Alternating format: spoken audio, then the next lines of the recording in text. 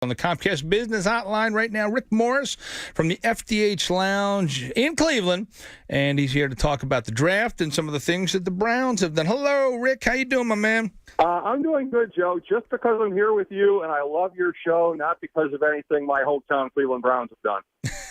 I appreciate that, my friend. Well, let's talk about your hometown team, the Cleveland Browns.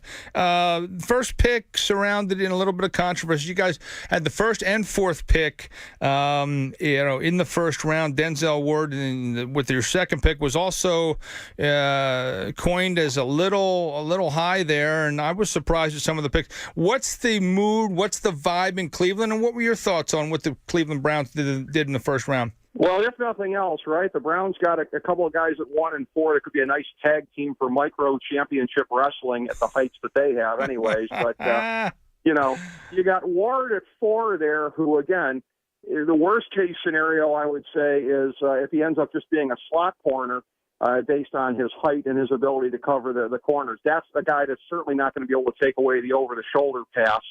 There are some people in this town homering for this pick saying, look at what he did last year, but for me, there's a world of difference between a year ago. I was saying Marshawn Lattimore I felt like was can't miss, and he certainly played that way in his rookie year. I don't have the same sense about Ward. Obviously, I hope I'm wrong about that, but I have questions. And then Mayfield at 1, I've said it on your show previously. I'm all about Sam Darnold. Really felt like he was the guy. The Browns wanted to go for a player. They wanted to swing for the fences. They wanted to go for a guy who has a high ceiling, and it's not that there's no scenario for Mayfield to make it happen. He does have a high ceiling, but you had that as well, I feel, with Darnold, and Darnold has a much, much higher floor. It's not even close as far as how much higher his floor is. Mayfield is going to be boom or bust, and it's one of these things where you look at Breeze, Russell Wilson, once every 10 years or so in this league, we get a micro quarterback coming into the league and making it happen. Do you trust the Browns to be the organization to be able to execute that properly? Do you trust that Mayfield is the guy? People are saying if he was 3 inches taller, he'd be the slam dunk number 1 pick in the draft. Yeah, well, he ain't. And if he was 3 inches taller, he'd have a corresponding, obviously better ability to see over the line, plus arm strength.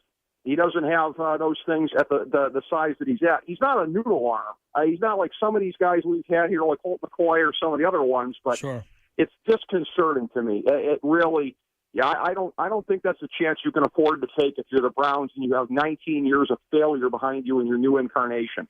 Yeah, I thought, and I think, like I share the sentiments that you're, telling us right now.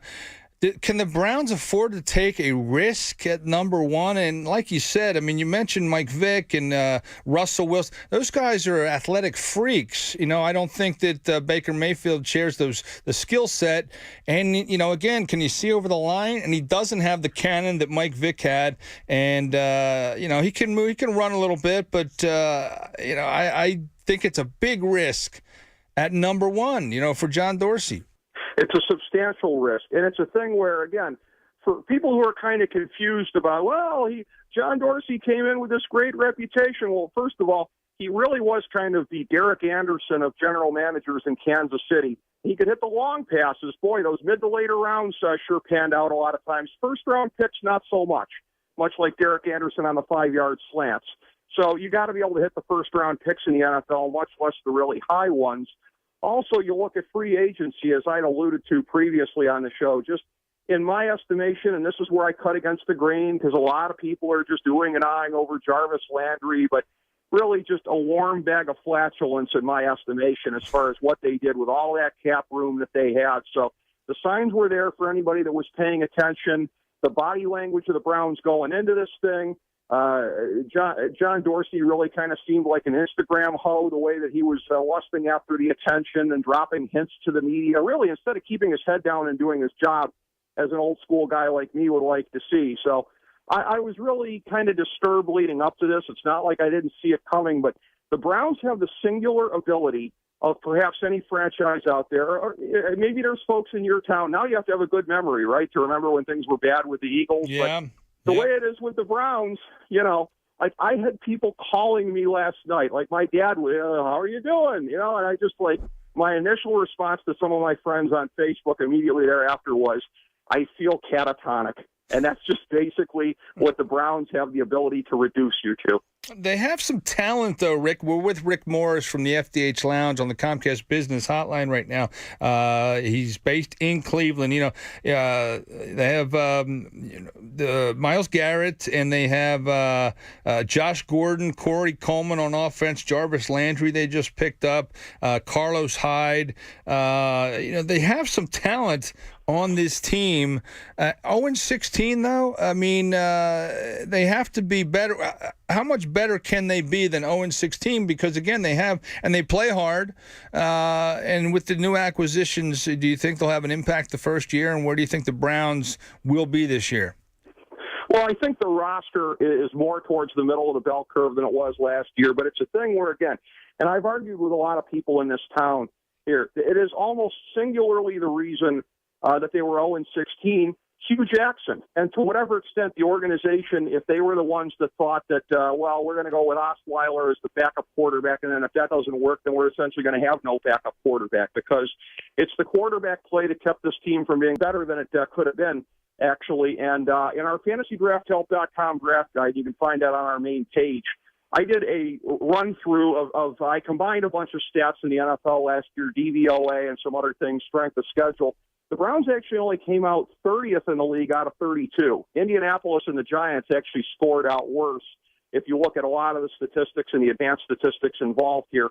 I've said previously on your show, defensively, the fact that they were middle of the pack in some metrics, some of that is them being Mark Twain's favorite defense, lies, damn lies, and statistics. But the truth is, the defense was respectable from time to time, almost in spite of themselves. They would line up Jabril Peppers halfway to Cedar Point on some of these formations and just doing some odd things, but they were still, again, they were better than 0-16. I've almost gotten into fights with people about this because I just start screaming about, do you even remember 1999 and 2000? Those are teams, they won 5 games the first 2 years. Chris Palmer has more wins over the Steelers, 2, than Hugh Jackson has in 2 years in Cleveland, 1. So, it's not the talent differential, Joe. I'm here to tell you, this team last year was not 0-16 talent-wise. If you'd had Tyrod Taylor at quarterback or anybody else, you'd have had the quasi-respectable 5-win team that I thought it was going to be coming in. Quarterback and a lot of the things on offense, that is almost singularly responsible for where they ended up. Yeah, it's amazing, and they seem to be very adept at helping other teams out at the quarterback spot. They passed up on Carson Wentz. Deshaun Watson is going to be there for a while in Houston, and certainly since he's when he was healthy, was very productive. And Sam Darnold's now with the Jets. So again, we'll see. We'll see what Baker Mayfield is all about. But I kind of share your sentiments, and I know they took. What do you think about Austin Corbett, the guard from Nevada? They did get a running back in Nick Chubb, and they took Chad Thomas in the 3rd round, defensive end from the U. I think that, again, Thomas was probably something of a reach. Chubb is a guy that, again, 2-3 years ago, I thought was going to be a top 10 selection overall in the draft. He's not yet recovered to where he was prior to that from the knee surgery, and I don't know if that burst is ever going to come back. I don't know if he's going to recover as his fellow Bulldog Todd Gurley did. I certainly hope so from this perspective. And again, getting a guy from Nevada to play guard, that sounds familiar, and it's worked out well before with Joel Bitonio, who was one of the best players on his team, one of the few consistently Pro Bowl caliber players when healthy. My quibble with that, even though the guy can play all 3 interior spots when healthy, is that both guards and center are not really areas of need. That's a thing where if you're a good team, like, say, the Eagles, you can load up on guys at a certain position and not worry about holes. You don't have as many holes. And by the way, my hat's off to the chef there in Philly for the pick of Goddard in that spot. I think it's really going to work out well for you guys, having a second tight end with very soft hands there to make a dangerous offense even more dangerous. If you're a team like the Eagles, you can load up in areas of strength. If you're a team like the Browns, hey, what do you say you fill your holes first? with Rick Morris on the Comcast Business Hotline. He's with the FDH Lounge based in Cleveland. Rick, you mentioned Dallas Goedert, and they have some holes in the next couple rounds because of a trade for Jay Ajayi and the trade with you guys for Carson Wentz. They are the Super Bowl champs. How are they viewed in terms of an organization from afar? Well, first of all, my heart bleeds for you guys on your depletion of picks for this year, but they are regarded, I think this will not surprise you to know, as a model organization. And, again, a team that has really done things well. You and I had spoken, I think, about a year or so ago when I had talked about that you guys had been very much able to bounce back this decade, not once but twice. You go for these dream team type things when power was wrenched away from Howie Roseman, and he was able to get in there and kind of fix things previously. He turned it around this time pretty well. Pretty close to a model organization. Once you guys foisted Joe Banner on us, thanks very much for that, by the way. Things seem to be pretty much in a permanent up direction, and things have kept going very strong. Joe Banner is one of the things I wish our cities did not have in common. Let me say that. Yeah, tell us about Joe Banner and how he's viewed out there.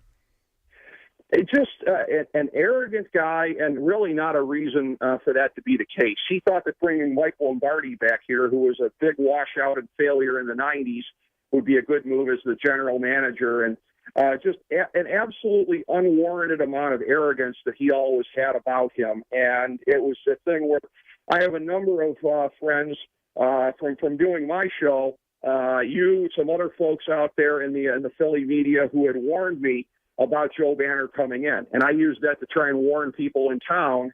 And you get the whole thing of like, well, if the East Coast media doesn't like him, he must not be a bad guy. Some of that know-nothingism. But score one for the East Coast media, Joe, because you guys were right.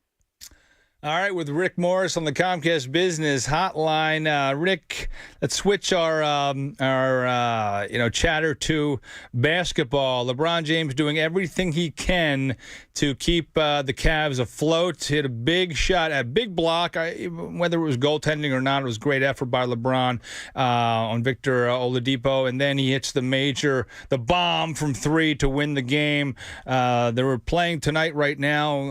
I got cameras in front of me. I can't see the score, but the Cavs are getting killed. All right, so it looks like it's going to go 7 games. How's LeBron feel about his team? They're playing the Pacers. They've been struggling. They were down 2-1. Of course, LeBron does his thing and comes back, wins the next 2 games. Because we've talked before, and you think he's going to stay in Cleveland. I think he's going to go elsewhere because he wants to win, and I don't think he thinks he has the pieces around him. Kevin Love hasn't been playing all that well. We talk about the big 4 in Golden State. Right now, they have like a big 1.5. What do you think LeBron's thinking at this point? Well, again, it's hard for me to correct you, but I keep coming back to this. Again, I'd say 51-49 on him staying. I don't think it's an overwhelming thing on him staying. As you know, I'm certainly not a homer on these things. No, not at all. But again, as I keep saying, you can't beat something with nothing. And we've already seen a couple of teams in the playoffs that we can rule out as far as that goes. More in a second. 20 days ago when I was last on your show, I was heralding the return of Minnesota Kevin Love. Well, that only lasts so long as he's got a healthy hand. He's not making his shots. I don't know if he's going to anytime soon. George Hill's been out with a back injury. Maybe this team's in more trouble than people would have thought if George Hill being out makes that big of a difference. But Jose Calderon hasn't been able to pick up the slack that well. More minutes, more usage on LeBron. So, again, some of this is temporary as far as, LeBron, he's all alone there. I mean, obviously it's the playoffs and it's when it counts, but this is not the Kevin Love you're going to see in the future. This is an injured, diminished Kevin Love. Yep. It doesn't have any bearing on what he does subsequently. So I think he's not happy. I think he thinks he could use more help around him. As I pointed out previously, he's made no secret of how much he loves Trae Young, and there's a good chance that he's here next year. So that's a factor. And then part of it is, too, you look at other things. You look at teams we can rule out of this. Houston, if they win at all, we take them out of the mix. And I said 20 days ago, not to put myself over, but I said something that was controversial at the time. I said, is it even the right move for the Sixers? And I kind of just put my toe in the water. And I know you thought it was dumb, and I was just saying it gingerly. 20 days later, it's a mainstream take, Joe. you guys have progressed past where LeBron would be a good fit on this team subsequently. You could sure use a Paul George or somebody, but that is going to kill the progress of Ben Simmons. You guys are already so much further along. I think he's probably ruled you guys out already because it's a no-win situation for him. People have already given you guys 2 or 3 championships in the next couple of years. The perception will be all he can do is screw it up. And trust me, he knows that. Why do you think he could screw? He's LeBron James. He's the best player in the world, maybe the best player of all time. How can this team get worse? Remember, down the road is different than this window they have of LeBron playing. He probably has 2 to 3 more years left. He's the best player in the world. How could it screw up this team? He's the best player in the world, but Ben Simmons is making a convincing case that he's already in the top 10. We do an annual ranking at the FDH Lounge, a non-fantasy one as well as fantasy. I'm really looking forward to delving into that in a few weeks, but my guess is he's probably top 10 because it's going to kill the progress of Ben Simmons. You cannot have Ben Simmons and LeBron on the court at the same time playing their games. And when I said it 20 days ago, it maybe didn't matter quite as much because, again, you and I were speaking before the playoffs got going. Look at where they're at now. Look at where Ben Simmons is now. Everything you guys have to do is basically predicated on building around him and to whatever extent Embiid as well. But you bring in LeBron, he's the worst fit of any superstar player in the league to play with Ben Simmons. There's only one basketball, and there's 2 guys that are extreme playmakers. And if you have a young Magic Johnson out there on the court, I'm telling you, it's at this point, I don't see it happening, but I can't believe I'm saying this. I don't see that as a bad thing for you guys. On paper, of course it's a great thing, but you don't want to screw up what you have in Simmons. You don't want to screw up the trajectory. 1 or 2 years of Simmons' progress getting retarded with LeBron being the guy going in there, no, it's not worth it. Maybe his progress down the road, but in the immediate... Again, it may hinder his progress down the road, but certainly when LeBron leaves, he can continue from where he was. But in the immediate, right now, does he not make this team better? Even if, Ben Simmons, a playmaker in and of himself, like you said, he's been a tremendous point guard, has to step aside a little bit. Doesn't this team get a lot better with LeBron? Well, this is really, first of all, let me say, the epitome of just a wonderful sports debate as we're kind of breaking this down and chewing around it here and all the different angles. I think it's a thing where if you're looking at it on paper, certainly, and you could make a case for that, but with how much of a diminished outcome you're going to get from Ben Simmons and the whole thing of like taking a step backwards. Here's the thing, too. When we last spoke 20 days ago, that was before the playoffs started. And again, the playoffs this year, you don't have this happen very often, but sometimes you blink and you miss it. What we've seen in this first round is really kind of transformative. Some of it is a result of matchups with New Orleans did with Portland, catching them in a good matchup. But talk about another rookie, Donovan Mitchell. Would anybody have thought that he would have just continued the upward ascent and really dominated Oklahoma City the way that he has? So, this spring, the future has come quicker than it really ever has before. And when I said before the playoffs going in, I tend to look at things, all things being equal. I really thought in the end the Cavs would, make it through to the finals. I said it would be brutal, and it's going to be brutal. And now I'm no longer so sure they're going to make it to the finals just based on how things are going and how Philly's going. But the development that Philly is having is just staggering. It's just breathtaking what they've done. You guys are so far ahead of not just me, but where a lot of people thought you'd be. Yep. And I think, again, Paul George or somebody like that is a complementary piece to Ben Simmons. I think you want a superstar who complements Ben Simmons, not who duplicates him, and somebody who potentially diminishes him with their game as LeBron would do. Well, Rick, you're not alone. There is a faction in this town that feels the same way you do. Appreciate you coming on, my friend. Got to take a break. Love you, brother. Great stuff as always on the Browns, the Eagles, and LeBron. We'll catch up with you in the future sometime soon, man. I look forward to it. Thank you for shaking me out of my Browns bad mood tonight, buddy. Thanks, Rick. I appreciate it, man.